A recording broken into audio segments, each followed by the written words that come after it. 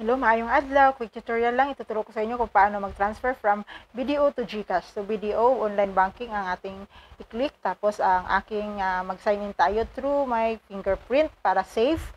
Mas safe po pag ganun. So, ito, send money. Pag nandito na tayo, send money lang. Click lang yan. At to another local bank. Yan, i-click lang natin yan. Ang arrow na yan. Yan. Pagka dito tayo, i-click lang natin yan. Choose one. Tapos yung account name natin, yan. Matik nandiyan naman ay agad. Tapos continue.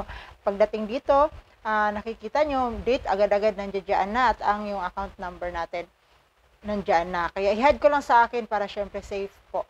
Tapos, dito sa destination bank, or pwede nyo palitan yung amount kung magkano ang inyong transfer. So, dyan, sundan nyo lang yan. Mamili kayo, marami dyan. Alphabetical order yan. So, GCash ang hahanapin ko. Yan, nakita ko na. At yan, nandiyan na siya. Tapos, sa baba, may mga details dyan, mga apelyido mo. Halimbawa lang, nilagay ko lang dyan.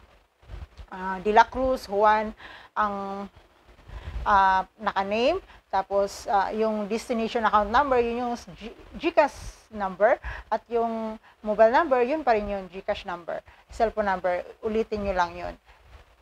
Yan. At pag na, nyo lang, i-confirm nyo lang, 25 pesos ang charge per transaction, 50,000 ang pwede mong i-fund from BDO to GCash.